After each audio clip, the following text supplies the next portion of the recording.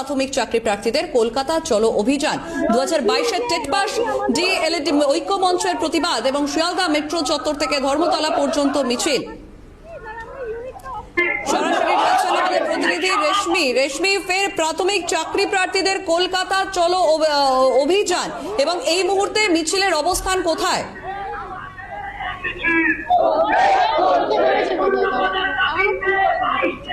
দেখো, 2022-এ টেট পরীক্ষা হয়েছিল দীর্ঘ 5 বছর পর। 2017 সালে প্রাথমিক টেট পরীক্ষা হয় এবং তারপর দীর্ঘ 5 বছর পর হয় 2022-এ প্রাথমিক টেট পরীক্ষা। এবং ইতিমধ্যে ইন্টারভিউর প্রক্রিয়া, সেই প্রক্রিয়া স্বচ্ছভাবে শেষ করার দাবি জানিয়েছেন চাকরি প্রার্থীরা এবং ফের আজকে তারা রাজপথে নেমেছেন। তাদের একাধিক দাবি দেওয়া রয়েছে। তাদের যে শূন্য পদ দেওয়া হয়েছে প্রাথমিক শিক্ষা পর্ষদের তরফ থেকে, সেই শূন্য পদের সংখ্যা বৃদ্ধি করতে হবে এবং স্বচ্ছভাবে নিয়োগ করতে হবে। এই দাবি নিয়ে তারা আজকে ফের শহরে কলকাতার রাজপথে নেমেছে। দেখতে পাচ্ছ, হাতে জাতীয় পতাকা নিয়ে তারা রাজপথে নেমেছেন এবং মাথায় রয়েছে কালো রিবন বেঁধে তারা এই প্রতিবাদে সামিল হয়েছে। আজকে কি কারণে পথে আজকে কারণটা হচ্ছে আমাদের ফর্ম ফিল আপ হয়ে গেছে অলরেডি। ফর্ম ফিল আপ এমন দিয়েছেন প্রায় 7,000 হয়ে গেছে ফর্ম ফিল আপ। আমাদের শূন্য পদ দিয়েছেন কত? তার মধ্যে ইন সার্ভিস ঢুকে আছে আবার 15,000 মতো। ইন সার্ভিস দেয় অর্ধেকের 4 ভাগের 1 ভাগ খেয়ে নেয়। আর পদই হচ্ছে প্রায় 13,421 টাকা। হলো কোথায়? নতুন দেখতে কোনো জায়গায় নেমে আসছি। এখানে দেখতে পাচ্ছি আপনার একাতে সংবিধান রয়েছে, একাতে জাতীয় পতাকা রয়েছে। দেখুন, এর মাধ্যমে আমরা আজকে 3 বছর ধরে একটা বার্তা দিতে চাই। সংবিধানের আর্টিকেল 21 এর এবং আর্টিকেল 24,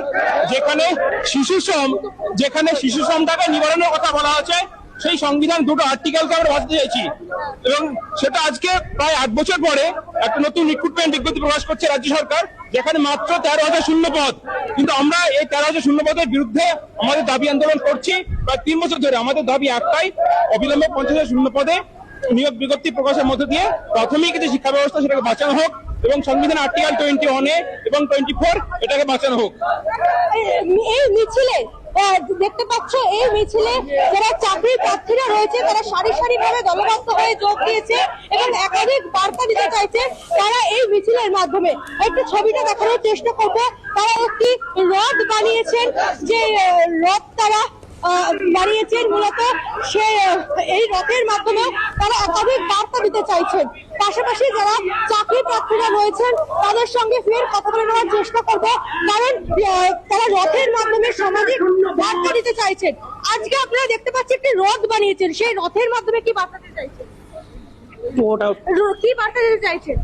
এবং আজকে যে আপনারা এই রাজপথে ফের নামলেন আপনাদের দাবি নিয়ে, সেই দাবি পূর্ণ না হলে পরবর্তী পদক্ষেপ কি?